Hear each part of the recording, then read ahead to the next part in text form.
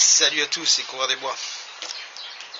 Aujourd'hui, voilà, j'avais prévu une petite sortie pêche bushcraft et malheureusement, le temps n'y étant pas, je suis obligé de la faire à mon domicile. Donc là, je vais me lancer dans des vidéos sur les techniques de pêche que j'applique et que j'utilise surtout lors de mes sorties.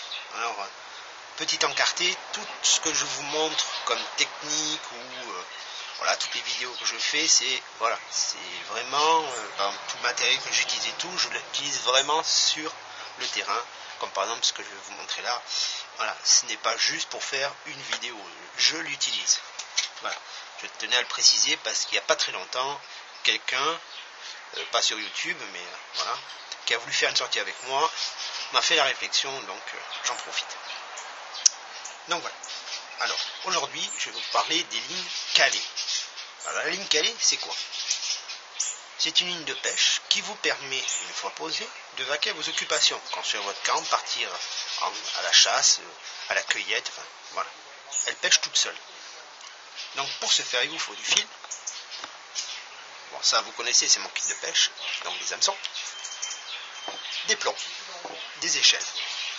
Donc, voilà. Donc, je vais sortir tout ça. Alors, tout d'abord, pour faire votre tête de ligne. Alors, je tiens à préciser que mes lignes de pêche calées font 5 mètres de long. C'est une bonne longueur. Pour faire la tête de ligne, c'est très simple. Vous faites d'abord une boucle. J'aime bien sorcier. Vous faites un nœud. Vous ne le serrez pas. Vous allez comprendre. Vous repassez la boucle dans ce nœud. Et là, vous pouvez serrer. Mais avant de serrer, humectez votre nœud. Je vous explique pourquoi.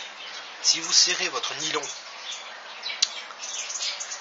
sans l'humecter, le nylon s'échauffe, se fragilise, donc risque de casser si vous tombez sur une belle pièce. Donc en l'humectant avec un peu de salive, normalement, ça empêche cette étape fait. Donc, après, une fois serré, voilà, vous voyez, ça vous donne ceci. Vous voyez, c'est très simple. Donc là, j'ai utilisé ma bonne vieille corde de lin, ça ressort mieux à la vidéo pour faire un nœud. Donc une fois que votre nœud est fait, alors vous avez deux solutions à la caler.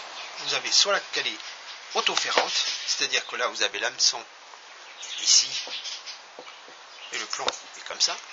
Dès que le poisson tire le poids du plomb, fait engamer l'hameçon dans la mâchoire du poisson, c'est pour ça qu'on appelle ça autoferrant.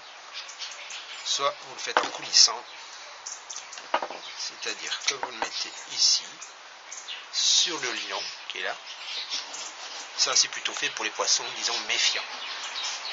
Voilà. C'est très simple à réaliser. Ça prend, 10 minutes. C'est plutôt facile, quoi. Et ça marche très bien. Alors, je vous explique maintenant comment je les place. Donc, j'ai fait un petit schéma, comme à l'école. Donc, vous êtes ici. On va dire que vous êtes le plomb. Alors moi j'utilise généralement 4 lignes. Alors vous occupez pas de ces deux-là, de ça, je vous expliquerai après pourquoi. Donc je place généralement 4 lignes en décalé. Près de la berge, un peu plus loin et de l'autre côté. Ce qui fait que toute la largeur du cours d'eau est, disons, piégée, on va dire. Comme ça, si le poisson arrive là, il se prend là, s'il arrive là, il prend là, etc. Et en plus, vous multipliez par 4 les chances d'attraper quelque chose. C'est la technique que j'ai utilisée dans une précédente vidéo où j'attrape un poisson en live devant. Voilà. Ensuite ici, si par exemple vous voyez un obstacle, un caillou, une branche, une souche, dans l'eau, mettez 2 lignes si possible de chaque côté de cet obstacle et 2 lignes devant et derrière, comme ceci. Voilà. Vous encerclez la zone, là je peux vous dire que ça mord très très bien. Alors, pour vérifier vos lignes, si vous les posez de nuit, bien sûr vous allez dormir, le poisson va rester vivant, rassurez-vous. Mais essayez à y aller d'à peu près toutes les heures pour relever vos lignes. Donc voilà, c'est l'idéal. Alors maintenant, vite fait, petite précision. Par exemple, si vous tombez sur une rivière courbée comme ça, sur une courbure de rivière, sachez que vous êtes toujours là. La partie la plus étroite, c'est là où il y a le plus de courant. Enfin, du moins où le courant est le plus rapide. Donc il y aura peut-être moins de chances qu'il y ait du poisson là. Par contre, de l'autre côté où le courant va être ralenti, c'est un peu comme les courses hippiques. On dit toujours que les chevaux préfèrent se mettre à la corde. Et oui, ils ont moins de terrain à parcourir. De ce côté-là où c'est plus rapide, on va dire, l'avantage c'est que beaucoup de débris peuvent se déposer, par exemple des branches, des souches, enfin tout ce que vous voulez, ce qui peut servir d'abri aux poissons, de lieu de frais. Des herbiers peuvent se créer aussi, ce qui peut les nourrir, comme les carpes, les gardons. Voilà. Donc voilà, je vous ai tout présenté. Après, une fois vos 5 mètres faits, il suffit de les mettre sur une échelle à fil comme ceci. Vous les achetez au supermarché, ça coûte pas bien cher, c'est très pratique. Alors moi ce que je fais, j'attache le bout de ma ligne d'un côté, bien ferme, et l'autre côté je laisse libre pour pouvoir, avec un morceau par exemple de ma corde de lin, l'attacher à une branche, à un arbre, enfin voilà. Comme ça, ça me fait une fixation plus solide. Voilà.